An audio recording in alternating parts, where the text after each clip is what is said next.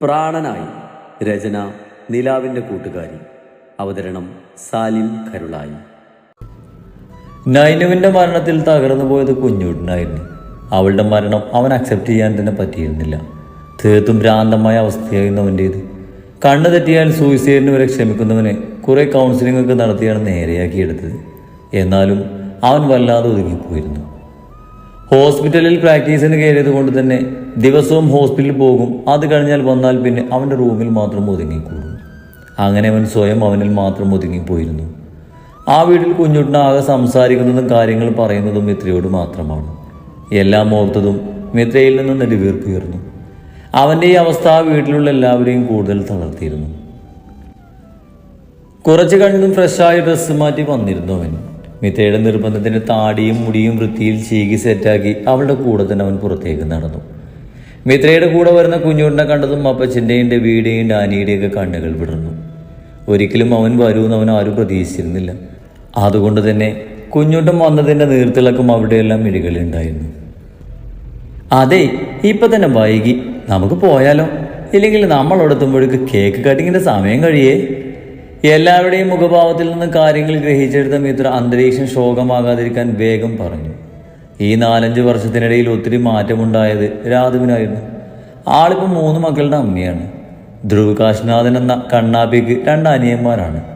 3 വയസ്സുകാരൻ ധീരവ് എന്ന കിച്ചൂട്ടനും ധ്രുവി കേശവ് എന്ന കേശൂട്ടനും. അതിൽ കേശൂട്ടന് 1-ാം വയസ്സിലെ ബർത്ത്ഡേ ഫംഗ്ഷനാണ്. ഇന്നതിന് പോകാനുള്ള ഒരുക്കത്തിലാണ് എല്ലാവരും. ഡെവിയുടെ കാറിലായിരുന്നു എല്ലാവരും ധ്യാനിൻ്റെ വീട്ടിലേക്ക് പോയത്. അവരുടെ വീടിൻ്റെ അടുത്ത് തന്നെ ധ്യാൻ സ്വന്തമായൊരു വീട് വാങ്ങിയിരുന്നു. രാധവിൻ്റെ അടുപ്പിച്ചുള്ള ഡെലിവറിയും കൂടെ ധ്യാൻ ജോലിക്ക് പോയാൽ രാധവിനെ കൊണ്ട് 3 മക്കളെ ഒറ്റയ്ക്ക് നോക്കാൻ കഴിയാത്തത് കൊണ്ട് തന്നെ 2 പേരുടെയും അച്ഛനും അമ്മയും നാട്ടിലെ വീടുമൊക്കെ ഉപേക്ഷിച്ച് ഇപ്പം അവരുടെ കൂടെയാണ്. അവരെല്ലാവരും ധ്യാനിൻ്റെ വീട്ടിലെത്തുമ്പോൾ പ്രോഗ്രാമൊന്നും തുടങ്ങിയിട്ടില്ല. അധികം കാര്യമായി ആരെയും വിളിച്ചിട്ടില്ലായിരുന്നു. അതുകൊണ്ട് തന്നെ വളരെ കുറച്ച് ആളുകളെ ഉണ്ടായിരുന്നുള്ളൂ. എന്നാലും 1 വർഷം ഇങ്ങനെ ഫംഗ്ഷനൊക്കെ പോയി ശീലമില്ലാത്തത് കൊണ്ട് തന്നെ കുഞ്ഞൂട്ടിന് അവിടെ എത്തിയതും വല്ലാത്ത ബുദ്ധിമുട്ട് തോന്നി. ഒരാശ്വാസത്തിനെന്ന വണ്ണം അവൻ മിത്രയുടെ കയ്യിൽ പിടിച്ചതും കുഞ്ഞൂട്ടിൻ്റെ അവസ്ഥ മനസ്സിലാക്കിയ വണ്ണം അവളും അവനെ തന്നോട് ചേർത്ത് നിർത്തി. നല്ല ആൾക്കാരാ, ഇപ്പോഴാണോ വരുന്നത്? അവരെ കണ്ടത് പുറത്തേക്ക് ഇറങ്ങി വന്ന് അകത്തേക്ക് ക്ഷണിച്ചുകൊണ്ട് ധ്യാൻ ചോദിച്ചു. പ്രോഗ്രാമിന് മുൻപെങ്കിൽ എത്തിയല്ലോ. ഇവരുടെയൊക്കെ ഒരുക്കം വെച്ച് നോക്കുമ്പോൾ ഇപ്പം ഇതിനെത്തിയത് ഭാഗ്യ. ഡെവി തമാശ രൂപേണ മിത്രയുടെ തലയിൽ തട്ടിക്കൊണ്ട് പറഞ്ഞതും മിത്ര അവനൊന്ന് കൂർപ്പിച്ച് നോക്കി മുന്നോട്ട് നടന്നു. ക്ഷണിക്കപ്പെട്ട ഗസ്റ്റുകളൊക്കെ വന്നതിന് ശേഷമാണ് കേക്ക് കട്ട് ചെയ്തത്. ഷോ, ഇതിറ്റങ്ങളൊക്കെ എടുത്ത് ഞാൻ വല്ലയിടത്ത് കൊണ്ടിടും. തന്നെ ഭക്ഷണം കഴിക്കാൻ അനുവദിക്കാതെ ബഹളം വെക്കുന്ന മക്കളെ നോക്കി കണ്ണുരുട്ടിക്കൊണ്ട് രാധു പറഞ്ഞതും അവൾ പറഞ്ഞത് കേട്ട് മിത്ര അടക്കി ചിരിച്ചു. കണ്ണനെ ഇത്തിരി വലുതായത് കൊണ്ട് തന്നെ അവൻ സ്വയം വാരി കഴിക്കുന്നുണ്ട്. ബാക്കി 2 പേരും അങ്ങനെയല്ല. രാധു കൊടുക്കുന്നത് 2 പേരും കഴിക്കുന്നില്ല. അവളെയാണെങ്കിൽ കഴിക്കാനും സമ്മതിക്കുന്നില്ല. അതിൻ്റെ ചൊറുക്കാണ് രാധുവിന്. നീ വല്ലാതെ കിണിക്കണ്ട. 1 മാസം കഴിഞ്ഞാൽ നിന്റെ ഉള്ളിലുള്ള ആളിങ്ങ് വരുമല്ലോ. അപ്പം മനസ്സിലാകും നിനക്ക്. മിത്രയുടെ ചിരി കണ്ട് രാധു പറഞ്ഞതും മിത്രയുടെ കൈകൾ ചെറുതായി വീർത്ത് അവളുടെ വയലിൽ പതിഞ്ഞു. ഒപ്പം ചുണ്ടിൽ മനോഹരമായൊരു പുഞ്ചിരി വിരിഞ്ഞു. അതിനെനിക്ക് നിന്നെപ്പോലെ നഴ്സറി തുടങ്ങാനുള്ള പ്ലാനൊന്നുമില്ല. പിന്നെ എൻ്റെ കുഞ്ഞ് എൻ്റെ ഇച്ഛായനെ പോലെ പാവാകും. നിൻ്റേതായതുകൊണ്ട് എനിക്ക് വലിയ പ്രതീക്ഷയൊന്നുമില്ലേ. എന്നാലും നിന്റെ സ്വഭാവത്തിനേക്കാൾ നല്ലത് എൻ്റെ സ്വഭാവം തന്നെയാണ്. രാധു കളിയാക്കി പറഞ്ഞത് ഇഷ്ടപ്പെടാതെ ചുണ്ടുകൂട്ടി അതും പറഞ്ഞ് മിത്ര വേഗം ഭക്ഷണം വാരി കഴിച്ച് എഴുന്നേറ്റു. മിത്ര കഴിച്ചു കഴിഞ്ഞ് കൈ കഴുകി വന്ന് രാധുവിൻ്റെ കയ്യിൽ നിന്നും കേശൂട്ടിൻ്റെ അടുത്ത് കുറച്ച് മാറിയിരിക്കുന്ന ഡാനിക്കും കുഞ്ഞൂട്ടും അരികിലേക്ക് നടന്നു. ഡെവി വിളമ്പിക്കൊടുക്കൽ കഴിഞ്ഞ് ഇപ്പോൾ ഭക്ഷണം കഴിക്കാൻ ഇരുന്നിട്ടേ ഉള്ളൂ. അപ്പച്ചന് പരിചയമുള്ള ആരോടോ കത്തിയടിക്കുന്ന തിരക്കിലാണ്. നിങ്ങൾ കഴിച്ചോടാ? ഡാനി സംസാരിക്കുന്നതെല്ലാം തിരിച്ചൊന്നും പറയാതെ കേട്ടിരിക്കുന്ന കുഞ്ഞൂട്ടിനരികിൽ വന്ന് അവൻ്റെ തലയിൽ തലോടിക്കൊണ്ട് മിത്ര ചോദിച്ചു. കഴിച്ചു. ചേട്ടത്തി കഴിച്ചില്ലേ? മിത്രയെ തങ്ങൾക്കരികിൽ സൂക്ഷിച്ച് പിടിച്ചിരുത്തി കയ്യിലിരിക്കുന്ന കുഞ്ഞിൻ്റെ കവളിൽ പിടിച്ചുകൊണ്ട് ഡാനി ചോദിച്ചു. ആ, ഞാൻ കഴിച്ചു. ചേട്ടത്തി ബുദ്ധിമുട്ടൊന്നുമില്ലല്ലോ? മിത്ര പറഞ്ഞു കഴിഞ്ഞതും കുഞ്ഞൂട്ടൻ ചോദിച്ചു. എനിക്കൊരു ബുദ്ധിമുട്ടില്ലടാ. അങ്ങനെ വർഷങ്ങൾ നീണ്ട കാത്തിരിപ്പിന് ശേഷം അമ്മയാകാനുള്ള ഭാഗ്യം മിത്രക്കും കിട്ടി. ഇപ്പോൾ ആൾ 3 മാസം പ്രഗ്നൻ്റാണ്. ഇടയ്ക്കുള്ള ഛർദിയും ക്ഷീണം ഒഴിച്ചാൽ അവൾക്ക് വേറെ പ്രശ്നങ്ങളൊന്നുമില്ല. അതുകൊണ്ട് തന്നെ ഡാൻസ് ക്ലാസ് ഇപ്പോഴും മുൻപോട്ട് കൊണ്ടുപോകുന്നുണ്ട്. കൂടെ അടുത്തുള്ളൊരു ബാങ്കിൽ അവൾക്കൊരു ജോലിയും കിട്ടിയിട്ടുണ്ട്. നേർച്ചയും വഴിപാടും കഴിപ്പിച്ച് ആറ്റുനോറ്റ് കിട്ടിയ കുഞ്ഞിനായുള്ള കാത്തിരിപ്പിലാണ് എല്ലാവരും. കുരിശുമുറ്റത്തെത്തുമ്പോൾ സമയം കുറിച്ച് അധികമായിരുന്നു. റൂമിലേക്കുള്ള സ്റ്റെപ്പ് കയറാൻ ഒരുങ്ങിയ മിത്രയെ കൈകളിൽ കോരിയെടുത്ത് ഡെവി മുകളിലേക്കുള്ള പടികൾ കയറി. റൂമിൽ കയറിയതും ഡെവി മിത്രയെ ബെഡിലേക്ക് കിടത്തി അവളിട്ടിരുന്ന ടോപ്പ് പൊക്കി ഡെവി അവളുടെ വയലിൽ ചുംബിച്ച് മുഖമുയർത്തി മിത്രയെ നോക്കി ഡെവി കാണുന്നത് ചുണ്ടു കൂർപ്പിച്ച് നോക്കുന്ന മിത്രയാണ്. എന്നതാ ദേവാ? മിത്രയുടെ കൂർപ്പിച്ച് വെച്ച ചുണ്ടിൽ പിടിച്ച് വലിച്ചുകൊണ്ട് ചോദിച്ചു.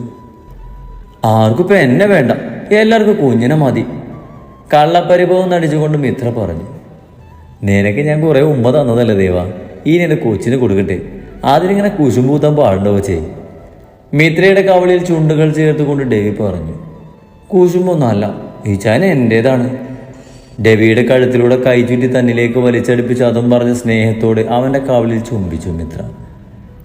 സന്തോഷത്തോടെ അതിലുപരി തങ്ങളുടെ പൊന്നോമനയെ കാണാനുള്ള ആഗ്രഹത്തോടെ എല്ലാവരും ദിവസങ്ങൾ കഴിച്ചു കൂട്ടി. എല്ലാവർക്കും ജനിക്കുന്നത് പെൺകുട്ടിയാവണേ എന്ന പ്രാർത്ഥനയാണ്. മിത്രയ്ക്ക് പിന്നെ ഏതായാലും തങ്ങളുടെ കുഞ്ഞല്ലേ എന്ന മനോഭാവമാണ്. മിത്രയുടെ വീട്ടുകാർ കുരിശുമുറ്റത്ത് വേറെ പെണ്ണുങ്ങളൊന്നും ഇല്ലാത്തത് കൊണ്ട് അവളോട് ദേവർമഠത്തിൽ വന്ന് നിൽക്കാൻ പറഞ്ഞുവെങ്കിലും മിത്ര പോയില്ല. പെണ്ണുങ്ങളില്ലെങ്കിലും അപ്പനും മക്കളും അവളെ ശ്രദ്ധയോടെയാണ് കൊണ്ടു നടക്കുന്നത്. പറയാതെ തന്നെ തൻ്റെ ആഗ്രഹങ്ങൾ സാധിച്ചു തരുന്നവരെ കാണുമ്പോൾ തൻ്റെ ഭാഗ്യമാണ് ആ കുടുംബമെന്ന് അവൾ അവരോട് പറയും. 7-ാം മാസത്തിലെ ചടങ്ങ് വേണ്ടെന്ന് പറഞ്ഞത് മിത്ര തന്നെയായിരുന്നു. കാരണം അവരെയൊന്നും വിട്ടുപോകാൻ അവൾ ആഗ്രഹിച്ചിരുന്നില്ല. 8-ാം മാസത്തിലേക്ക് കടന്നതും ജോബ് റിസൈൻ ചെയ്തിരുന്നു അവൾ. ഡാനി, അവർ വിളിച്ചിരുന്നോ? അകത്തേക്ക് കയറി വന്ന് ഡാനിയെ കണ്ട് സീറ്റോട്ടിലിരുന്ന മിത്ര ചോദിച്ചു. ആ, അവർ കുറച്ചു കഴിഞ്ഞ് എത്തും. മിത്രക്കരികിൽ വന്നിരുന്നു കൊണ്ട് ഡാനി പറഞ്ഞു. മിത്രയ്ക്ക് ഇപ്പോൾ 9-ാം മാസമായി. അടുത്ത ആഴ്ച കഴിഞ്ഞാൽ അവളുടെ ഡെലിവറി ഡേറ്റ് ആണ്. മിത്രയുടെ ഡെലിവറി ഡേറ്റ് അടുത്തത് കൊണ്ട് തന്നെ അപ്പച്ചനും ഡെവിയും കുഞ്ഞൂട്ടനും കൊണ്ട് ഡാനിയും മിത്രക്ക് കൂട്ടിരുത്തി പള്ളിയിലേക്ക് പോയതാണ്. ആ, ഡാനിയുടെ ശബ്ദം കേട്ടതും ഉള്ളിലുള്ള ആൾ ഇളകി മറിയാൻ തുടങ്ങിയതും വയലിൽ കൈവച്ച് മിത്ര ശബ്ദമുണ്ടാക്കി. എടി കുറുമ്പി, നീ ഞങ്ങളുടെ ചെടുതി എന്തിനെങ്ങനെ വേദനിപ്പിക്കുന്നത്? മിത്രയുടെ വയറിൽ കൈവച്ച് ചിരിയോടെ ഡാനി ചോദിച്ചതും ഉള്ളിലുള്ള ആൾ അവളുടെ ചവിട്ടും തൊഴിയും ശക്തമാക്കിയിരുന്നു. വീണ്ടും ഡാനി ഓരോന്ന് കുഞ്ഞോട് സംസാരിച്ചിരിക്കാൻ തുടങ്ങിയതും ഉള്ളിലുള്ള ആളും ഫുൾ എനർജിയിലേക്ക് എത്തിയിരുന്നു. ചേട്ടതി, ഞാനൊന്ന് കുളിച്ചു വരാട്ടോ, ഇവിടെ ഇരിക്കണ്ട, അകത്ത് വന്നിരിക്ക്, അവരിപ്പോൾ വന്നോളൂ. അത് പറഞ്ഞ് ഡാനി മിത്രയുടെ കൈ പിടിച്ച് ഉള്ളിലേക്ക് കൊണ്ടുപോയി. അവൾ അകത്തെ സെറ്റിയിലിരുത്തിയിട്ട് ഡാനി കുളിക്കാൻ പോയതും മിത്ര ടിവിയും കണ്ട് അവിടെ തന്നെ ഇരുന്നു. ഒരു ചൂളമെടുക്കുന്ന സൗണ്ട് കേട്ട് വാതിൽക്കലേക്ക് നോക്കിയ മിത്ര കാണുന്നത് വാതിൽപ്പടിയിൽ ചാരി തന്നെ നോക്കി നിൽക്കുന്ന വ്യാസിനെയാണ്. പെട്ടെന്ന് അവനെ കണ്ടതും അവളുടെ ഉള്ളിലൂടെ ഒരു കൊള്ളിയാൻ മിന്നി. നിങ്ങളെന്താ ഇവിടെ? ഇവിടുന്ന്. ആദ്യത്തെ പകപ്പ് മാറിയതും മിത്ര വയറും താങ്ങി പിടിച്ച് എണീറ്റ് ദേഷ്യത്തിൽ വ്യാസനോട് പറഞ്ഞു. അങ്ങനെ പോകാനല്ലല്ലോ മോളെ ഞാൻ വന്നത്. വല്ലാത്തൊരു പാവത്തിൽ മിത്രയെ ഒളിഞ്ഞു നോക്കി അതും പറഞ്ഞു വ്യാസം മിത്രക്കരികിലേക്ക് വന്നതും അവൾ പകപ്പോടെ ചുറ്റും നോക്കി പിറകിലേക്ക് ചുവട് വെച്ചു. ഇത്രയും വർഷം ഇവൻ്റെ ഒരു വിവരമില്ലാത്തത് കൊണ്ട് ഇനി ഈ ശല്യം ഉണ്ടാകില്ലെന്നാണ് അവൾ കരുതിയത്. നീ എന്തിനാ മിത്ര ഇങ്ങനെ പേടിക്കുന്നത്? നിന്റെ വിച്ചേട്ടനല്ലേ ഞാൻ. പുച്ഛത്തോടെ വ്യാസ് പറഞ്ഞതും മിത്ര പേടിയോടെ എന്ത് ചെയ്യണമെന്ന് അറിയാതെ നിന്നു. നിങ്ങൾ എന്തിനാ ഇപ്പോൾ വന്നത്? ധൈര്യം സംഭരിച്ചുകൊണ്ട് മിത്ര ചോദിച്ചു. നിന്റെ ജീവനെടുക്കാൻ വേണ്ടി. ഉന്മാദിയെപ്പോലെ വ്യാസ് പറയുന്നത് കേട്ട് മിത്ര പേടിച്ച് കൈകൾ കൊണ്ട് തൻ്റെ വയറ് പൊതിഞ്ഞു പിടിച്ചു. നിന്നെ ജീവനല്ലേ നിന്റെ വീട്ടുകാർക്ക്? അങ്ങനെയുള്ളപ്പോൾ നീ ഇല്ലാതെയായാലല്ലേ അവർക്ക് വേദനിക്കൂ. അവർ വേദനിക്കുന്നത് എനിക്ക് കാണണം. ഈ വ്യാസിനെല്ലാം നഷ്ടമായത് നിന്റെ വീട്ടുകാർ കാരണം. പാട്ടിയെ പോലെ തല്ലും പോലെയല്ലടി നിന്റെ ഏട്ടന്മാരനെ അടിച്ചിട്ടത്. അതിനൊക്കെ എനിക്ക് കണക്ക് ചോദിക്കണം. ഈ അവസരത്തിനാ ഞാൻ ഇത്രയും കാലം കാത്തിരുന്നത്. ഭ്രാന്തമായ ആവേശത്തോടെ വ്യാസ് പറഞ്ഞു. നിങ്ങൾ ചെയ്ത തെറ്റുകാരനല്ലേ അവർ നിങ്ങളോട് അങ്ങനെയൊക്കെ ചെയ്തത്? എൻ്റെ വയറ്റിൽ കിടക്കുന്ന കുഞ്ഞിനെ ഓർത്തെങ്കിലും എന്നൊന്നും ചെയ്യരുത്. പിറകിലേക്ക് നടക്കുന്നതിനിടയിൽ അപേക്ഷയായി മിത്ര പറഞ്ഞു. ഇല്ല മിത്ര, നിനക്കൊപ്പം എല്ലാവരും കാണാൻ കൊതിക്കുന്ന കുഞ്ഞൂടെ പോകണം. അപ്പോൾ അവർക്കൊക്കെ ഇരട്ടി വേദനിക്കും. മിത്രക്ക് മുന്നിൽ വന്നു നിന്ന് അതും പറഞ്ഞ് വ്യാസവളെ തൊടാനായി കൈ നീട്ടിയതും അതിനു മുമ്പായി മിത്ര വ്യാസനെ തള്ളിമാറ്റി ഡാനിയെയും വിളിച്ച് അടുക്കള ഭാഗത്തേക്ക് കൂടി. പോന്ന നായിൻ്റെ മോളെ, വീടില്ലടി നിന്നെ. മിത്ര തന്നെ തള്ളിയിട്ട് ദേഷ്യത്തിൽ വ്യാസ് വായിൽ തോന്നിയ തെറി പിടിച്ചിരുന്നിടത്തും എഴുന്നേറ്റ് അരയിൽ തിരികെ വെച്ച കത്തിയും എടുത്ത് മിത്രക്ക് നേരെ കുതിച്ചു. പിറകിലേക്ക് തിരിഞ്ഞു നോക്കി ഓടുന്നതിനിടയിലാണ് മിത്ര പെട്ടെന്ന് കാൽ തടഞ്ഞ് നിലത്തേക്ക് വീണത്. അമ്മേ! വയറടിച്ച് നിലത്ത് വീണതും വേദന കാരണം അവൾ അലറി വിളിച്ചു. ഞൊടിയുടെ നേരം കൊണ്ട് കാലിലൂടെ ചൂട് ദ്രാവകം ഒലിച്ചിറങ്ങുന്നത് വേദനക്കിടയിലും അറിഞ്ഞതും തൻ്റെ കുഞ്ഞിനെ ഓർത്തതും അവളുടെ കണ്ണുകൾ കൂടുതൽ നിറഞ്ഞൊഴുകി. ചേട്ടത്തി!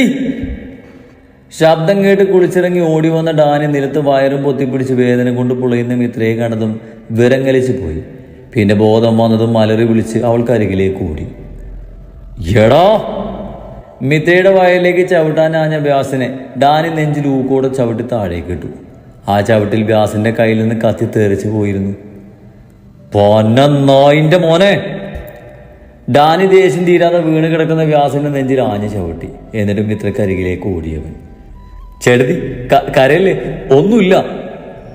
നിറഞ്ഞ കണ്ണ് ഷോൾഡറിലൊപ്പി പതിയെ മിത്രയെ നേരെ തിരിച്ചു കിടത്തി ആശ്വസിച്ചുകൊണ്ട് ഡാനി പറഞ്ഞു.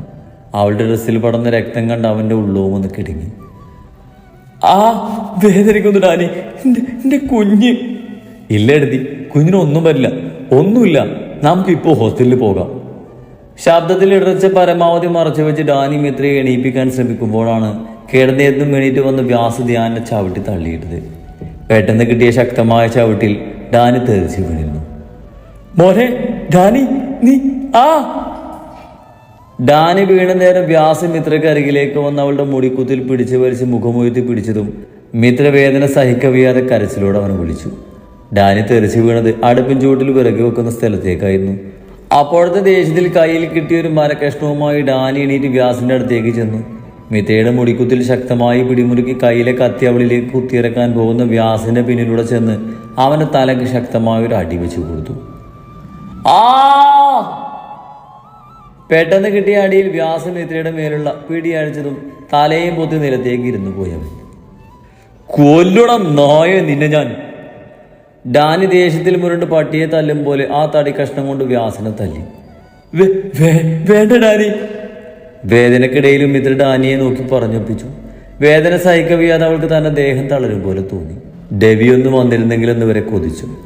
മിത്രയുടെ ശബ്ദം കേട്ടതും ബോധം വന്നതുപോലെ ഡാനി കയ്യിലെ തടി കഷ്ണം വലിച്ചെറിഞ്ഞ് മിത്രക്ക് അരികിലേക്ക് ഓടി അവളെ എടുത്തുകൊണ്ടുവന്ന് ഹാളിലെ സെറ്റിയിലിരുത്തി.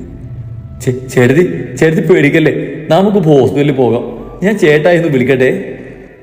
വേദന കൊണ്ട് പുളയുന്നവളുടെ കവളയിൽ തട്ടി ആശ്വസിപ്പിച്ച് ഡാനി വേഗം മുറിയിലേക്ക് ഓടി തന്റെ ഫോൺ എടുത്ത് ഡെവിയെ വിളിച്ചു.